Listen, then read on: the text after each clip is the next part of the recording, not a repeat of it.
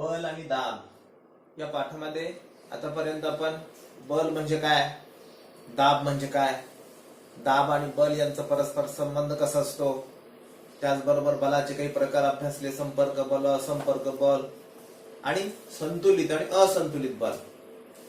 त्यानंतर आपण पुढची एक नवीन संकल्पना अभ्यासली जी बलाशी निगडित आहे आणि ती म्हणजे जडत्व. न्यूटनचा गतिविषयक पहिला नियम याच जडत्वाच्या गुणधर्माच्या आधारे तयार केलेला आहे न्यूटननी, आणि म्हणून त्या नियमाला जडत्वाचा नियम सुद्धा म्हणतात. एखाद्या वस्तूची मूळ स्थिती न बदलण्याची प्रवृत्ती म्हणजे तिला जडत्व म्हणतात. आणि मग जेव्हा एखाद्या वस्तूवर बाह्य असंतुलित बल कार्य करीत नसतं त्यावेळेस ती वस्तू ज्या अवस्थेमध्ये आहे त्याच अवस्थेमध्ये राहते, असं न्यूटननं आपल्या गतिविषयक पहिल्या नियमामध्ये सांगितलं. हे आपण अभ्यासलं. त्यानंतर आज आता आपल्याला अजून एक पुढचा भाग या पाठाचा बल आणि दाब, दाबाबद्दल अभ्यासायचे. तर दाब म्हणजे काय हे सांगण्यापूर्वी अगोदर आपण काही उदाहरणं अभ्यासली. आपल्या दैनंदिन जीवनामध्ये आपण बल आणि दाब यांचा वारंवार प्रत्यय घेत असतो. साधी उदाहरणं विचारात घेतल्यानंतर आपल्या लक्षात येईल की दररोज आपण या बाबींचा उपयोग कुठेतरी करत असतो, परंतु आपण त्या दृष्टीने त्याच्याकडे पाहत नाही, म्हणून आपल्या ते लक्षात येण्याचा प्रश्नच नाही. तुमच्या दप्तरांच्या बॅगांचे पट्टे असे रुंद असतात. हे रुंद असण्याचं कारण काय? दोरी वगैरे का नाही, तिथं दोरी असती तर काय झालं असतं? रुंद पट्टे एवढे मोठे रुंद ठेवण्या पाठीमागं कारण दाब या संकल्पनेशी निगडित आहे. बघा जरा विचार करता येतो का, काय कारण असलं पाहिजे? जर अरुंद पट्टे असते तर काय झालं असतं? किंवा एक दोरीची बॅग जर आपण वापरली सॅक, तर काय होतं? ती खांद्याला रुतते, म्हणून काय करतो आपण? रुंद पट्टे वापरतो. आणि रुंद पट्टे असल्यानंतर ती खांद्याला रुतत नाही. हे एक उदाहरण झालं. अजून बघा दुसरं उदाहरण. आता घरोघरी नळ आहेत, नळाला पाणी येतं, तरीही उन्हाळ्याच्या दिवसामध्ये आपल्याला पाणी दुरून आणावं लागतं, विहिरीवरून आणावं लागतं. मग विहिरीवरून पाणी आणत असताना डोक्यावर घागरी घेतात, आणि डोक्यावर घागरी घेण्यापूर्वी डोक्यावर चुंबळ घेतली जाते आणि चुंबळीवर घागर ठेवली जाते. हे असं का? तशीच डोक्यावर घागर का नाही ठेवली जात? काय होईल तशीच ठेवली तर? रुतत, टोचल डोक्याला, म्हणून आपण चुंबळ ठेवतो. पण चुंबळ ठेवल्यामुळे नेमका असा काय बदल होतो की आपल्याला घागरीकडून होणारा टोचण्याचा त्रास कमी होतो आणि आपण सहजासहजी ते ओझं वाहून नेऊ शकतो. या सगळ्या गोष्टींचा जर, त्या उदाहरणांचा जर विचार केला तर तुमच्या लक्षात येईल दाब ही संकल्पना या उदाहरणांशी निगडित कशी आहे. अजून एक दुसरं उदाहरण आपल्याला सरळ साधं सांगता येईल. आपण भिंतीमध्ये खिळा ठोकताना जर खिळा अंकुचीदार असला तर आपण अंकुचीदार भाग भिंतीकडे धरतो आणि हातोड्याच्या सहाय्यानं भिंतीवर खिळा ठोकतो. भिंतीमध्ये अंकुचीदार खिळ्याच्या ऐवजी जर बोथट खिळा म्हणजे मुंडलेला, आपल्या भाषेमध्ये बोथट खिळा जर भिंतीमध्ये ठोकण्यासाठी आपण घेतला तर काय होतं बरं? बोथट खिळा भिंतीमध्ये ठोकता येत नाही, अंकुचीदार खिळा मात्र भिंतीमध्ये सहजासहजी ठोकता येतो. हे असं का? अजून आपल्याला दैनंदिन वापरामधलं रोजच्या उपयोगातलं एक उदाहरण, चाकू किंवा सुरी. या सुरीच्या ज्या भागाकडनं आपल्याला फळं कापायची आहेत, भाजी कापायची आहे, तिकडचा भाग धारदार असतो आणि एकीकडचा भाग मात्र बोथट असतो. धारदार भागाकडूनच आपल्याला फळांना कापता येतं किंवा भाजी चिरता येते, बोथट भागाकडून का नाही? या सगळ्या उदाहरणांच्या पाठीमागं दाब ही संकल्पना निगडित आहे. आता नेमकं काय कारण असतं? बोथट खिळा भिंतीमध्ये ठोकता येत नाही, अंकुचीदार खिळा मात्र भिंतीमध्ये ठोकता येतो. कारण आपण जर त्या खिळ्याचं निरीक्षण केलं तर टोकाकडच्या खिळ्याचा भाग हा कमी असतो, अंकुचीदार असतो. कमी असतो म्हणजे काय? आणि डोक्याकडच्या खिळ्याचा भाग किंवा जिकडून आपण खिळा ठोकतो तिकडचा भाग मात्र थोडा रुंद असतो, म्हणजे त्याचं क्षेत्रफळ वाढलेलं असतं. खिळ्याच्या डोक्याकडचं क्षेत्रफळ हे अधिक असतं टोकाकडच्या क्षेत्रफळापेक्षा, आणि म्हणून टोकाकडच्या क्षेत्रफळाकडून आपल्याला भिंतीमध्ये खिळा सहज ठोकता येतो. म्हणजे दाब हा कशावर आधारित आहे, तर क्षेत्रफळावर आधारित आहे. म्हणजे जेवढं क्षेत्रफळ कमी तेवढा दाबाचा परिणाम जास्त होतो, आणि क्षेत्रफळ अधिक असेल तर दाबाचा परिणाम कमी होतो. हे आपल्याला यावरून लक्षात यायला हवं. धारदार सुरीनं मात्र फळ कापता येतं, बोथट सुरीनं कापता येत नाही. कारण काय, बोथट भागाकडचं क्षेत्रफळ रुंद असतं, जास्त असतं, आणि टोकाकडचं क्षेत्रफळ मात्र कमी असतं. म्हणून आपल्याला धारदार सुरीच्या भागाकडनंच फळ सहजासहजी कापता येतात. डोक्यावर घागर घेतल्यानंतर घागरीचा पृष्ठभाग आपल्या डोक्याशी जो चिकटतो घेतल्यानंतर तो कमी असतो, जिथं आपल्या डोक्याला स्पर्श होणार आहे तो भाग. परंतु चुंबळ घेतल्यामुळे काय होतं, क्षेत्रफळ वाढतं, आणि क्षेत्रफळ वाढले की दाबाचा परिणाम कमी होतो. म्हणजे दाबाचा संबंध क्षेत्रफळाशी निगडित आहे. दप्तरांच्या बॅगांचे पट्टे मात्र रुंद असतात, अरुंद नाही. म्हणजे क्षेत्रफळ वाढले की दाबाचा परिणाम कमी होतो आणि आपल्याला रुतण्यापासून त्रास वाचतो. म्हणजे या सगळ्या उदाहरणांवरून आपल्या एक बाब लक्षात येईल की दाबाचा परस्पर संबंध हा क्षेत्रफळाशी आहे. अजून तुम्हाला दुसरं उदाहरण सांगता येईल. वाहनांचं जर निरीक्षण केलं, बसला पुढचे टायर किती असतात, इकडनं एक आणि तिकडनं एक, आणि मागं किती असतात, दोन दोन टायर असतात, इकडनं दोन आणि तिकडनं दोन. दोन दोन का बरं, जोडीचे टायर कशासाठी पाठीमागं, बघा याच्याशी दाबाशी निगडीत विचार करून. क्षेत्रफळ वाढलं पाहिजे, क्षेत्रफळ वाढल्यामुळे काय होईल, दाबाचा परिणाम कमी होईल, आणि दाबाचा परिणाम जर कमी झाला तर स्थिर होईल ते वाहन व्यवस्थित. म्हणून पाठीमागं लोड जास्त असतो, आणि भार वाहून नेण्यासाठी टायरची क्षमता वाढेल. काही मालवाहू ट्रकला 10 टायर असतात, आणि ते डबलचे असतात अजून पाठीमागचे टायर जोडीनं लावलेले. याचं कारण काय, हेच याचं कारण. म्हणजे दाबाचा परस्पर संबंध हा क्षेत्रफळाशी असतो. ही बाब आपल्याला यावरून लक्षात यायला हवी. यावरून आपल्या एक बाब लक्षात आली. दाब म्हणजे काय, पदार्थाच्या पृष्ठभागावर, एखाद्या पदार्थाच्या पृष्ठभागावर असणारं लंबरूप बल म्हणजे दाब.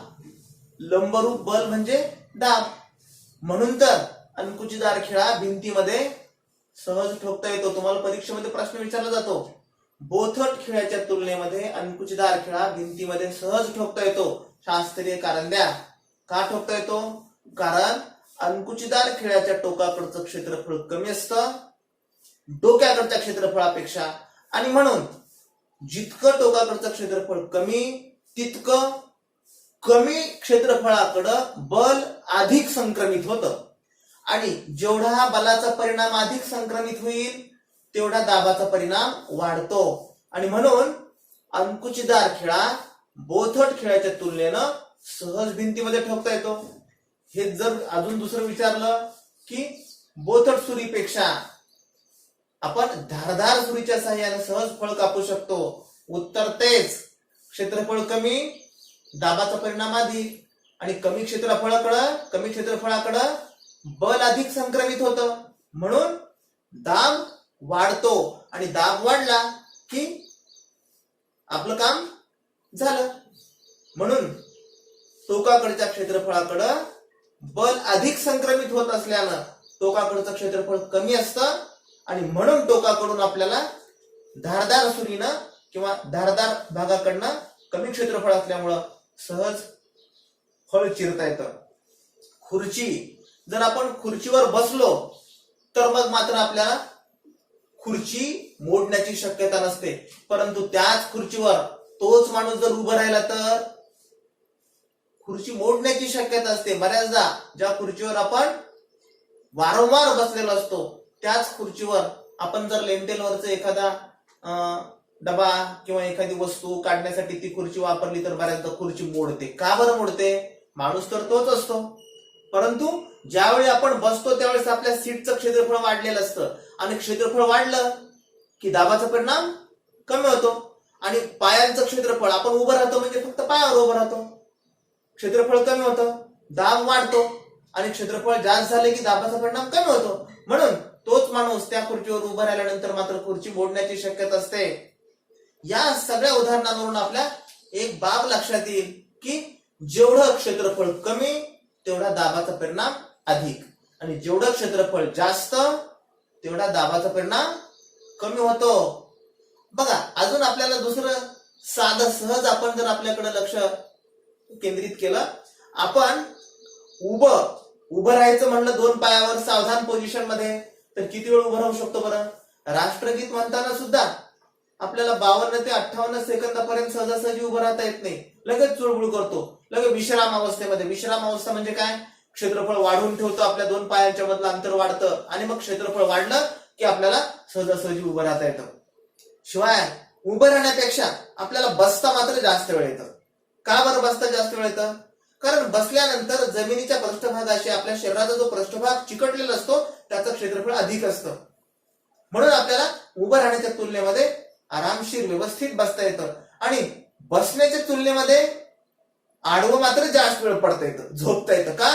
झोपल्यानंतर आपल्या शरीराच्या क्षेत्रफळावर दाब कमी पडतो आणि आपल्याला त्रास कमी होतो, सहजासहजी झोपता येतं. शिवाय बसण्याच्या तुलनेमध्ये आपण आराम खुर्चीमध्ये व्यवस्थित बसू शकतो. का? शरीराच्या बराचसा भागाचा संपर्क आपल्या खुर्ची सोबत येतो आणि क्षेत्रफळ वाढतं. क्षेत्रफळ वाढलं म्हणजे दाबाचा परिणाम कमी झाला, शरीरावरचा दाब कमी झाला, आणि म्हणून आपल्याला बसता येतं. म्हणजे या सगळ्या उदाहरणावरून आपल्या एक बाब लक्षात येते की बल आणि दाब यांचा परस्पर संबंध कसा आहे, तर क्षेत्रफळाशी निगडीत आहे. जेवढं क्षेत्रफळ कमी तेवढा दाबाचा परिणाम अधिक, तेवढं बल अधिक संक्रमित होतं. टोकाकडच्या क्षेत्रफळाकडे बल अधिक संक्रमित होतं डोक्याकडच्या क्षेत्रफळापेक्षा. म्हणून खिळा टोकाकडून भिंतीमध्ये सहजासहजी ठोकता येतो. यावरून आपल्याला दाबाचं सूत्र काय सांगता येईल? लंबरूप बल आणि भागिले आपल्याला क्षेत्रफळ, त्याचं क्षेत्रफळ जेवढं अधिक असेल तेवढा दाबाचा परिणाम कमी होतो. म्हणून लंबरूप बल भागिले क्षेत्रफळ हे दाबाचं सूत्र आहे.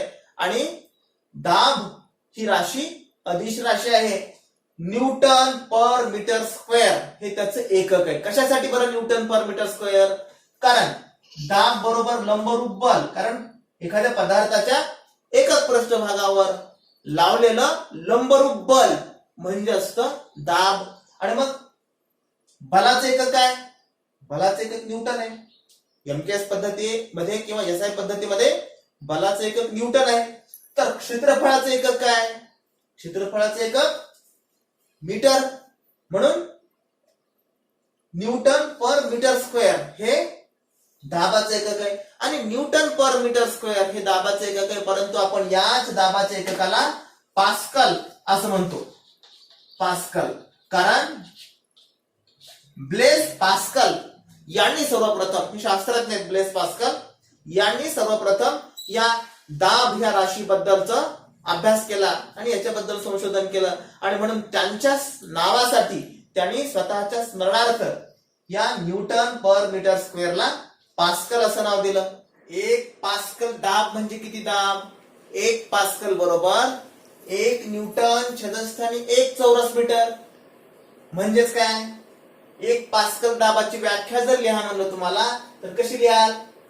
1 न्यूटन बलामुळं 1 चौरस मीटर क्षेत्रफळावर निर्माण होणारा जो दाब आहे त्या दाबाला 1 पास्कल दाब असे म्हणतात. हवामान शास्त्रामध्ये हाच दाब मोजत असताना आपण काल अभ्यासलं कमी दाबाचा पट्टा निर्माण झाला म्हणजे हवामानाला सुद्धा, आपल्या वातावरणाला सुद्धा दाब आहे. आणि हा वातावरणीय दाब आपल्या शरीरावर आहे म्हणून आपण जिवंत राहू शकतो. जर वातावरणाला दाब नसता तर आपण जिवंत राहिलो नसतो. कसं काय बरं जिवंत नसतो राहिलो? काय झालं असतं दाब नसता तर? आपल्या शरीरामधून रक्तप्रवाह देखील एका विशिष्ट दाबाने वाहत असतो. रक्तदाब नावाची संकल्पना बघा.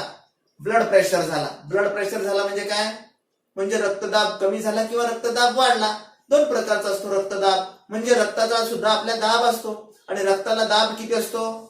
वातावरणीय दाब एवढा दाब असतो. वातावरणाचा दाब आपल्या शरीरावर किती असतो? आपल्याला डोक्यावर 1000 किलोग्रॅमचं वस्तुमान दिल्यानंतर जेवढं ओझं होईल की नाही आपल्याला तेवढा दाब वातावरणाचा आपल्या शरीरावर असतो. आणि मग एवढा दाब जर आपल्या शरीरावर असला तर आपण चेंगरून कसं काय जात नाही, असा प्रश्न आपल्या डोक्यामध्ये यायला पाहिजे, है की नाही. परंतु जेवढा वातावरणाचा दाब आपल्या डोक्यावर असतो तेवढाच दाब आपल्या शरीरातील रक्ताचा असतो. आणि वातावरणीय दाब आणि रक्ताचा दाब हा एकमेकांच्या विरुद्ध असतो. विरुद्ध असल्या कारणानं हे दोन्ही दाब परस्परांना संतुलित करतात. आणि परस्परांना दोन्ही दाबांनी संतुलित केल्यामुळे दाबाचा परिणाम काय होतो, आपण याच्या अगोदर शिकलो. संतुलित बलाचा परिणाम काय होतो, संतुलित बलाचा परिणाम 0 होतो. म्हणून आपल्याला काहीच वाटत नाही त्या दाबाचं. परंतु हेच आपण जर उंच विमानामध्ये प्रवास करत असू, विमानामध्ये जर बसून जर कधी प्रवास केला तर वर जसं जसं विमान जाईल तसं तसं वातावरणाचा दाब कमी कमी होत जातो. आणि वातावरणाचा दाब कमी होत गेल्यामुळं शरीरातील रक्ताचा दाब आणि वातावरणाचा दाब यांच्यामध्ये फरक पडतो. आणि यांच्यामध्ये फरक पडल्यामुळे आपल्या कानठळ्या बसतात किंवा नाकातून रक्त सुद्धा येतं. का? कारण रक्ताचा दाब आपोआप वाढतो. जसजसं बरोबर जाऊ तस तसं वातावरणाचा दाब हळूहळू कमी कमी होत जातो आणि आपोआप शरीराचा दाब आहे तेवढाच राहिला. म्हणजे पर्यायानं काय झाला, वातावरणाच्या दाबाच्या तुलनेमध्ये शरीराचा दाब वाढतो. आणि दाब वाढल्यामुळे जिथं नाजूक रक्तवाहिन्या आहेत आपल्या शरीरामध्ये त्या रक्तवाहिन्या फुटतात आणि नाकातून रक्त देखील येतं. आणि या हवामानाचा दाब मोजण्यासाठी हवामानशास्त्रामध्ये बार हे एकक वापरतात किंवा मिलीबार हे एकक वापरतात. आणि मग बार आणि मिलीबार किंवा या बारचा आणि पास्कलचा काय संबंध आहे, या न्यूटन पर मीटर स्क्वेअर म्हणजे चौरस मीटर. आपण चौरस मीटर मध्ये क्षेत्रफळ मोजतो, क्षेत्रफळाचं एकक चौरस मीटर असतं आणि बलाचं एकक न्यूटन असतं. आणि न्यूटन पर मीटर स्क्वेअर म्हणजे न्यूटन प्रति मीटरचा वर्ग बरोबर असतं पास्कल. आणि हवामानशास्त्रामध्ये हाच दाब मोजण्यासाठी बार किंवा मिलीबार एककाचा उपयोग करतात. 1 bar is equal to 10⁵ pascal असतं. म्हणजेच 1 बार बरोबर 10⁵ इतकं हे त्याचं कन्व्हर्जन आहे. आपण वाहनामध्ये हवा भरत असताना सुद्धा हवा भरायला गेल्यानंतर आपण सांगतो टायर मध्ये किती हवा ठेवायची. त्या हवा भरणाऱ्यांकडं एक उपकरण असतं, ते चेक करतात कमी झालीये, वाढलीये, बरोबर भरलीये आणि विशिष्ट प्रमाणामध्ये हवा भरतात. तिथं देखील दाबाचा उपयोग होत असतो. म्हणजे आपल्या शरीरातील आपल्या शरीराला वातावरणाचा दाब आहे, वातावरणाचा दाब पेलला जातो. याचं कारण आपल्या शरीरामध्ये रक्ताला देखील दाब आहे, रक्त देखील एका विशिष्ट प्रेशरने वाहतं. आणि दैनंदिन जीवनामध्ये आपण वेगवेगळ्या ठिकाणी वेगवेगळ्या पद्धतीने या दाबाचा उपयोग करत असतो. म्हणजे आपल्या दैनंदिन व्यवहारामध्ये जीवनामध्ये बल आणि दाब ह्या दोन्ही राशींचा उपयोग या पद्धतीने होतो हे आपल्या या ठिकाणी लक्षात येतं.